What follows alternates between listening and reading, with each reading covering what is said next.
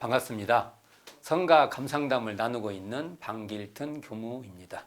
이번 시간에는 성가 144장 해와 달이 돌고 돌아, 부제가 이런 가정의 노래 이렇게 되어 있죠. 작사가는 양혜관, 작곡은 김동진 이렇게 되어 있습니다. 한번 가사를 한번 볼까요? 해와 달이 돌고 돌아 세상 밝히고 하늘 땅이 서로 도와 만물 기르듯 어버이 품 안에서 아이 자라고 아이들의 웃음으로 즐거운 하루. 우리 집 모두 고마운 사랑, 서로 감사하는 이러한 가정. 이러한 가사입니다. 자, 이 양혜관 교무는 해산, 지혜 해자 쓴 해산입니다. 그러니까 이게 재가 출가 모든 가정이 감사 생활하는 이러한 가정이 되기를 염원하는 어떤 작곡이죠. 작사라고 말할 수 있죠. 양혜관 교무는 어떤 분이냐면 유아교육을 전공하고 유아교육기관을 오랫동안 운영해온 어찌 보면 유아교육자라고 말할 수 있는데요. 월간 원강 나오죠. 거기에 자녀 성장의 과정을 진솔하게 펼쳐낸 그 제목이 하늘사람 이야기를 오랫동안 연재합니다. 그러니까 이렇게 교무로서 정토님과 아이를 낳아서 아이들이 성장하는 과정을 이 월간 원강에 아주 친솔하게 이렇게 쭉 연재를 했어요. 이 하늘사람 이야기를 통해서 양혜관 교무는 뭐라고 말하냐면 자녀들, 아이들은 어른이 돼서 보온하는 것이 아니라 이렇게 성장하는 그 과정 있죠. 이렇게 아이들이 이렇게 성장하는 과정에서 성장하는 그 과정 그 자체가 부모에게 기쁨을 주고 행복을 주는 것이다. 그러니까 이게 자녀의 성장 자체가 바로 부모에게 어찌 보면 은혜로운 것이라는 거죠. 이러한 감각 감상을 하늘사람 이야기에서 참 이렇게 구체적인 이야기로 전개를 하고 있는데 이 내용을 한번 읽어볼 만한 말입니다. 양혜관 교무는 이러한 경험, 아이들을 키워나가는 경험을 통해서 이런 주장을 해요. 참 재미있는 주장인데 우리가 천지운, 부모운, 동포운, 법률이인 이 사은 너머에 하나 더 오운 다섯 번째 은혜를 만일 말을 한다고 하면 이 양혜관 교무는 자녀은이 될 것이다. 이런 주장을 합니다. 이게 언어적인 그 센스죠. 사실은 자녀은이 따로 있는 게 아니죠. 자녀은도 다 부모운에 포함되는 것이고 다 그런 거 아닙니까? 근데 이 자녀의 성장이라는 것을 이야기하고 있는 거죠. 자녀는 가정의 꽃이라는 겁니다. 부모와 자녀의 사이에서 서로 고마운 사랑을 주고받는 사이라는 것이죠. 여기서 양혜관 교무가 이 가사에서 아주 핵심적인 말을 해요. 어떤 말이냐? 고마운 사랑. 제가 참 이 말을 좋아합니다. 고마운 사랑. 어떤 사랑? 앞에 뭐가 붙어요? 고마운이 붙은 거예요. 그러니까 사랑은 사랑이 돼 고마운이 붙은 고마운 사랑이 돼야 된다는 겁니다. 이게 부모와 자녀 사이는 사랑하는 사이지만 그 성격이 어떠한 사랑? 고마운 사랑이란 거죠. 그래서 이 양혜관 교무는 원불교의 사랑은 고마운 사랑이라는 이 표현을 하고 있는 거예요. 이게 멋진 말이에요. 사랑에 고마움이 붙어야 진정한 사랑이 된다. 이렇게 말할 수 있을 것입니다. 성가 144장 이 노랫말에는 어떠한 말들이 나오냐면 해와 달이 이렇게 비유로 나오고 또 하나는 하늘 땅이 나와요. 이 해와 달, 하늘 땅은 부모의 역할을 상징하는 말이죠. 그러니까 해와 달이 돌고 돌아 세상 밝히듯 부모가 아이를 돌보아 자라게 하고 하늘 땅이 서로 도와 만물 기르듯 부모가 서로 합력하여 자녀를 길러낸다는 그 뜻을 이렇게 해와 달, 하늘 땅을 통해서 설명하고 있는데요. 자, 이 말은 이 해와 달, 하늘 땅은 그 대종사님 말씀에 따르면 엄부와 자모를 상징하는 말이기도 합니다. 가정에서 자녀에게는 엄부와 자모의 두 역할이 필요하다는 것이죠.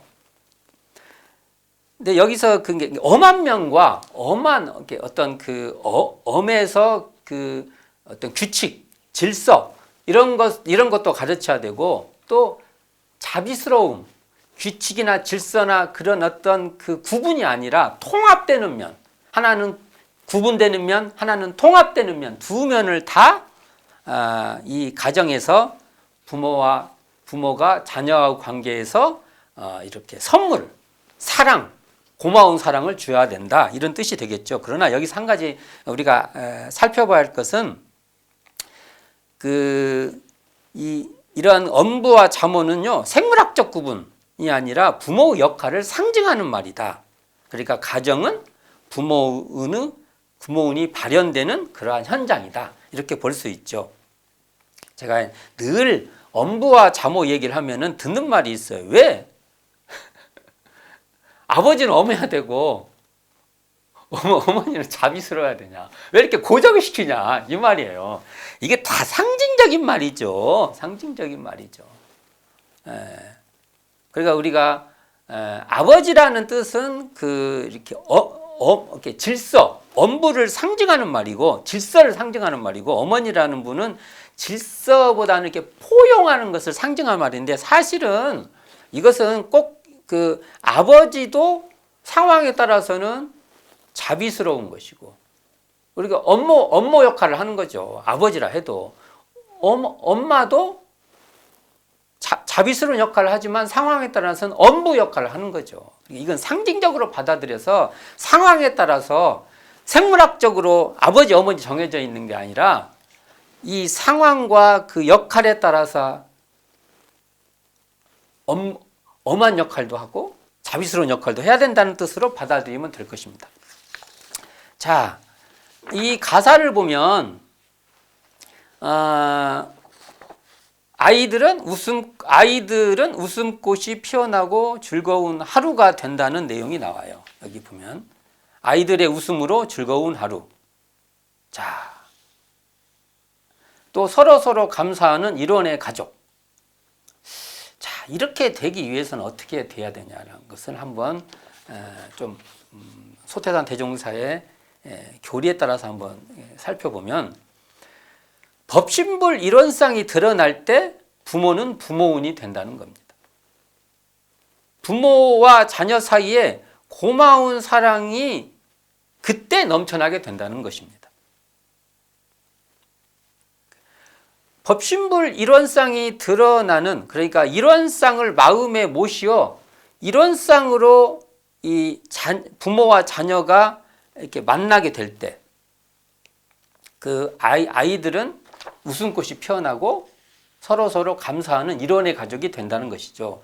일원상이 드러나지 않으면 부모도요. 여기서 그 부모 역할을 할 때 아까 엄부와 자모 얘기했는데 일원상이 드러나지 않으면 부모도 내 마음에 따라 사랑했다가 미웠다가 이렇게 왔다 갔다 해요. 또 자기 감정에 의해서 하고.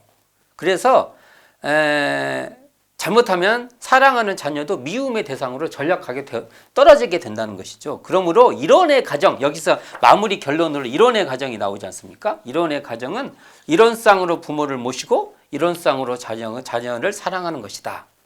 그리고 일원의 가정은 일원상의 진리를 모시는 가정이다. 서로 감사하는 고마운 사랑 속에는 일원상의 진리가 바탕돼서 일원상의 진리가 발현되는 그러한 가정이다. 이론의 가정은 법신불 이론상을 쳐받아서 고마운 사랑이 이렇게 서로 넘나드는 주고받는 그러한 부모와 자녀 사이를 또 그러한 가족관계를 꿈꾸는 바라는 그러한 가정이다 이렇게 말해볼 수 있을 것입니다.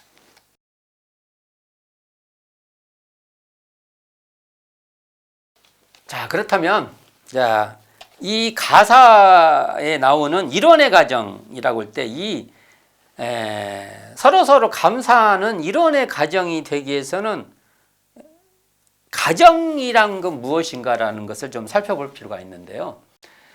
총괄적으로 한번 가정론에 대해서 한번 살펴볼까 합니다. 특히 여기에 대종사님의 그 가르침의 입장에서 한번 몇 가지 좀 살펴볼까 합니다. 첫째, 가정은 인연의 원형이 된다고 봅니다.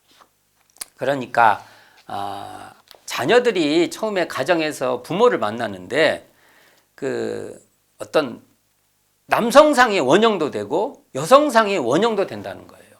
가정에서 딱 처음에 부모를 만나면 그 부모가 남성상과 여성상의 기준이 된다. 그렇기 때문에 이 어떤 그 가정 속에서 아버지상의 어떤 그 상처가 있으면 그 자녀가 이 대인관계 할 때 남자와의 관계에서 문제가 발생하기 쉽다는 것이죠. 그래서 이게 가정에서의 아버지상이 중요하다는 것이죠. 예를 들어서 직장을 구해서 이렇게 직장 생활을 할 때도 권위로 상정되는 이 상사의 관계 속에서 관계가 원활하지 못할 수 있다는 것이죠. 이때 계속 아버지 상처 입은 아버지상이 계속 투여되기 때문에 그렇다는 것입니다. 어머니상도 마찬가지가 되죠. 그래서 우리가 배우자를 이렇게 선택할 때 좋아하고 싫어하는 그 기저에는 반드시 이 원형인 가정에서 이렇게 형성된 그 원형인 아버지상과 어머니상이 투영된다는 겁니다. 그렇기 때문에 이 원형의 부모, 그러니까 처음에 이렇게 형성됐던 어린 시절에 형성됐던 이 부모상, 부모의 모습, 여기에 상처가 있을 때는 이 상처를 돌이켜봐서 그 상처에서 자유로울 수 있는 그 공부가 필요하다는 겁니다.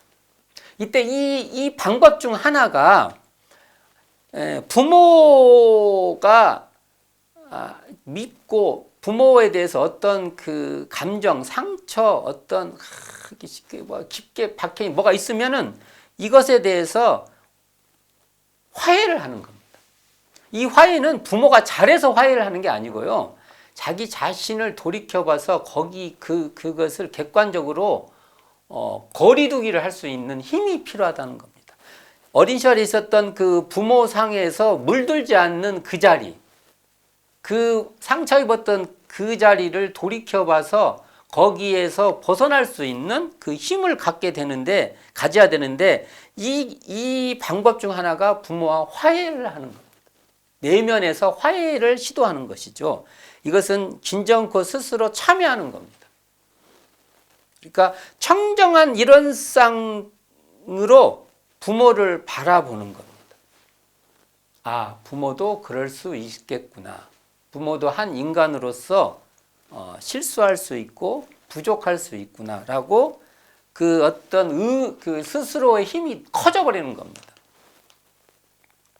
이러할 때 이렇게 청정한 일원상 자리에서 부모와의 관계에서 화해가 될 때, 그래서 부모에 대한 이해와 공감이 넓어져 버릴 때 이 원형의 부모상에 의해서 가려졌던 이 어두운 장막이 거쳐서 사실은 그 뒤부터 모든 인연관계에서 인연의 관계가 화창하게 열릴 수 있는 그 기반이 형성된다는 것입니다.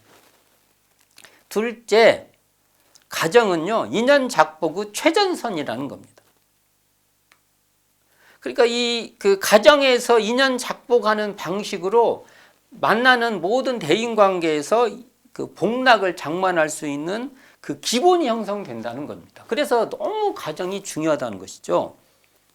남편과 아내 사이, 부모와 자녀 사이는 인연 작복하는 공식을 터득하는 일선이라는 것입니다.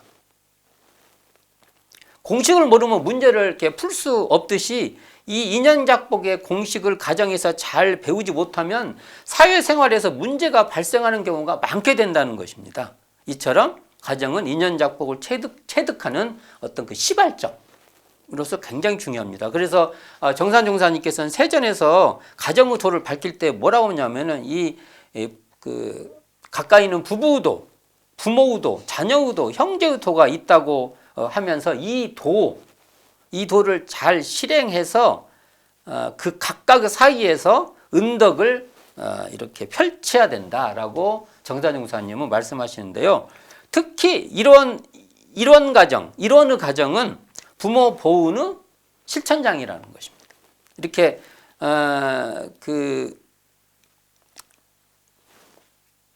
그 관계 속에서 부모와 자녀의 관계, 또 자녀와 자녀 사이의 관계 속에서 이 도를 알아내는 것이죠.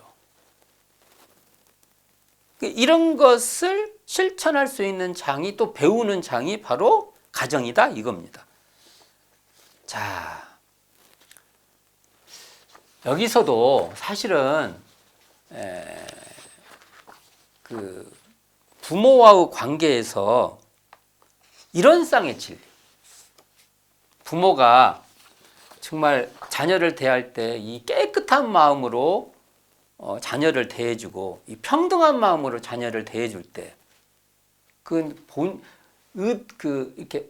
이렇게 자기가 인지하지 않지만 그 사랑이 샥 넘어와서 그 자녀도 세상을 일원쌍으로 인연관계를 맺을 수 있는, 청정한 일원쌍 자리로 인연을 맺을 수 있는 기반이 탄탄하게 형성될 수 있다는 것입니다.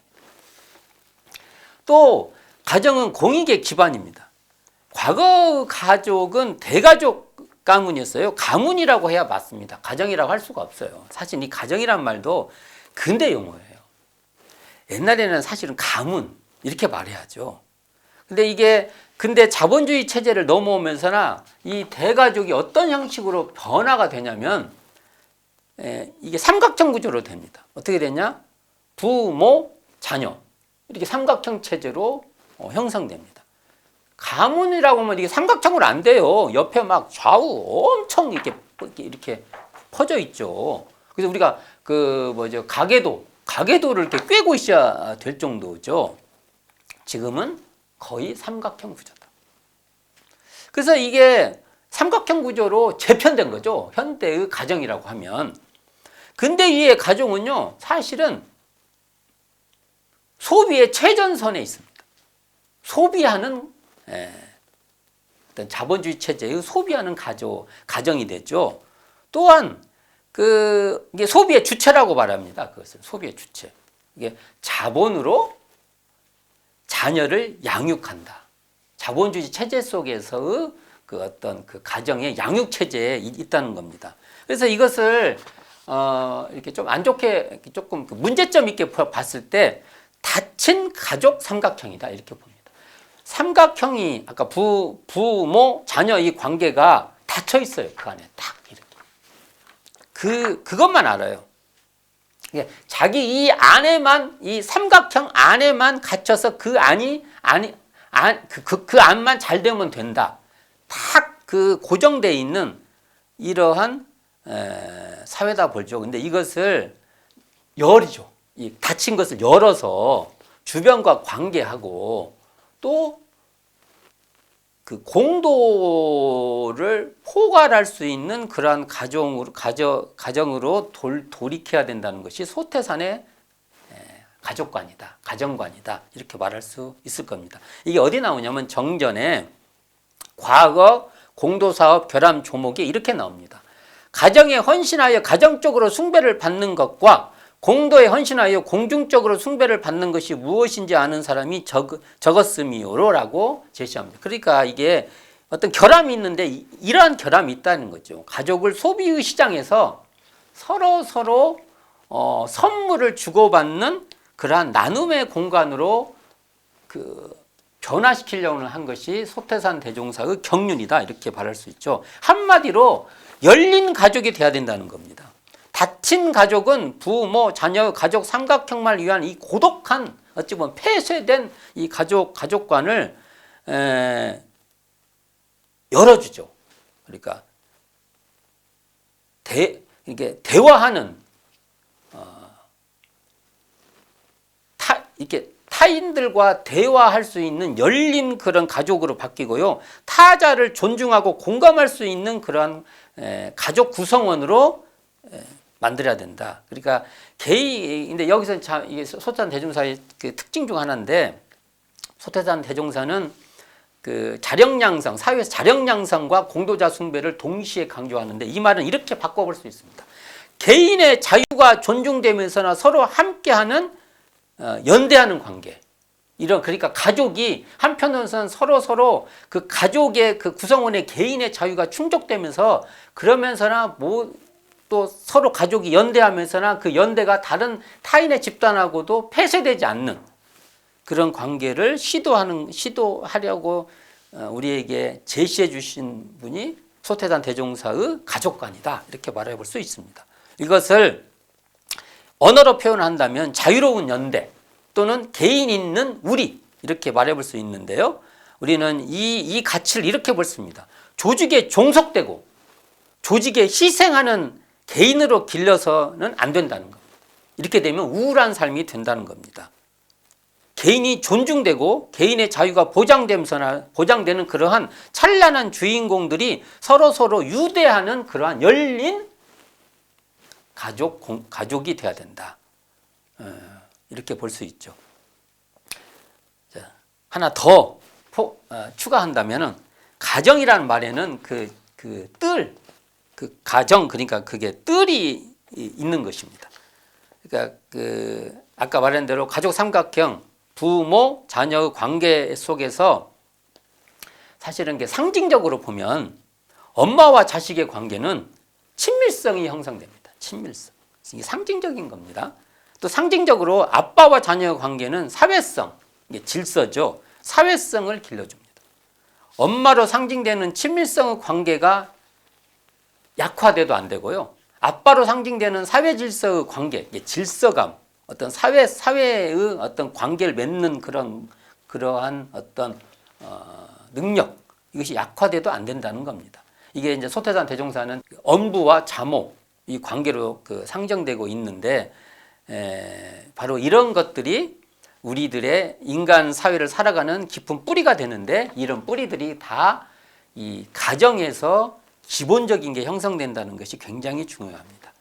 대산종사께서 원기 79년에 가정의회에서요, 그때 이런 법문을 하십니다. 가정은 낙원이요 불국정토라.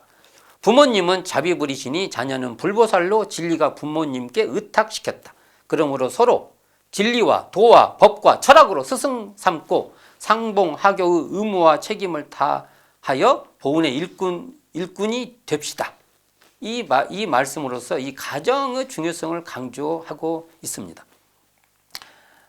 세전에서 행복한 가정, 정산육사께서 행복한 가정, 안락한 가정, 진화하는 가정이 되기 위해서 이 가정의 중요성을 강조합니다. 가정은 인간 생활의 기본이고, 사람이 있으면 가정이 이루어지고, 가정에는 부부를 비롯하여 부모, 자녀와 형제, 친척의 관계가 자연히 있게 되는 바, 이 모든 관계가 각각 그에 당한 도를 잘 행하여야 이 가정이 이렇게 행복한 가정, 안락한 가정, 진화하는 가정이 된다고 말씀하십니다. 이처럼 가정은 인간 생활의 기본이요 바탕이 됩니다. 이 바탕을 잘 운영할 때 국가도 잘 되고 세계도 잘 된다는 것입니다. 근데 여기서 가정을 강조하다 보면은, 가정이 못 되면 사회생활도 못하고 국가일도 못한다고 이렇게 말할 수 있는데, 그게 아니고 가정은요 바탕이 된다는 것이지, 그것이 전제, 그거 아니면 안 된다라는 것을 말한 것은 아니라는 것입니다. 아무쪼록 이론의 가정은 이론상과 더불어 그 진리의 깊은 맛을 체험하여 열린 부모, 자녀의 관계로서 고마운 사랑이 넘치는 감사 생활을 누리자는 것으로 이 가정에 대한 이론 가정, 특히 이론 가정에 대한 소태산 대종사의 관점으로 이 내용을 한번 살펴볼 수 있을 것입니다.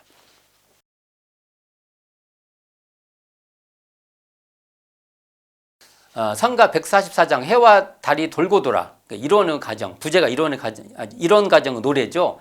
이 노래를 원음 산책을 한번 해봅시다. 저는 이 노래는 그냥 이런 기분으로 이걸 그냥 들어요. 어떻게 듣냐? 굉장히 주관적인데. 이렇게 말할 때마다 제가 약간 걱정이 있어요. 너무 제 주관적인 얘기를 하니까요. 그냥 그렇게 받아들이시기를 바랍니다. 저는 이게 나들이 하는 기분으로 이걸 들어요. 제가 가족들하고 어디 이렇게 준비해가지고 어디 가까운 곳이라도 이렇게 나들이를 할 때 참 정토와 또는 제 아들과 함께 어디를 함께 간다는 그 기분으로 이 노래를 듣습니다. 이렇게 되면 뭐 차 안에서도 막 농담하고 제잘거리고 막 뭐 서로 막 정말 너무 가벼운 이야기를 나누면서 즐겁게 떠나는 그 마음으로 이 노래를 들으면 전 딱 맞지 않을까라는 생각을 하게 됩니다. 리드미컬한 이 박자는 기분을 살려주면서 이상을 향해 가고자 하는 이 추진력이 있는 듯한 그 느낌이 있습니다. 이 노래를 듣다 보면 이렇게 어떤 그 리듬 있는 발걸음 같은 박자감, 이런 박자감은 생동 있는 기운을 주면서 꿈을 향해 나아가는 어떤 그 일원의 가족으로서 그 자녀의 미래도 있겠고 그렇지 않습니까? 그런 것이 안에 이렇게 잘 배어 있는 그런 기분이 듭니다. 여기 보면 샵, 그러니까 올림표죠. 그 올림표가 있는 즐거운 하루.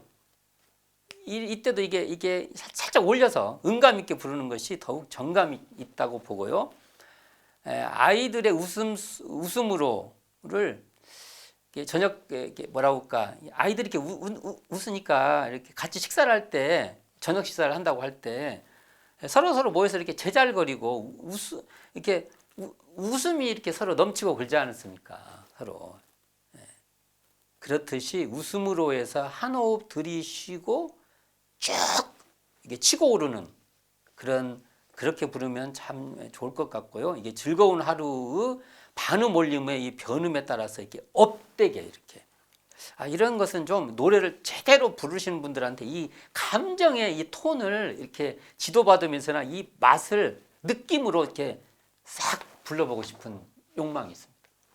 이렇게 그리고 마지막에 서로 감사하는 이루어는 가정에서 이 모든 정감을 다 담아서 내가 진짜로 이론의 가정 이론상의 진리가 피어나는 그런 가정을 한번 이렇게 꾸리고 싶다는 마음으로 이렇게 부르면 참 좋지 않을까 이런 생각을 해보게 됩니다. 성가 144장 해와 달이 돌고 돌아는 김동진 작곡으로 원기 75년 1990년에 교화부에 의해 성가로 제정되게 됩니다. 네, 오늘은 성가 144장 해와 달이 돌고 돌아 부제가 이론의 노래에 대해서 이런 가정의 노래에 대해서 그 노랫말에 따라서 또 이 가정이란 건 무엇인가라는 내용까지 해서 포괄적으로 한번 살펴보았습니다. 감사합니다. 지금까지 방길튼 교무였습니다.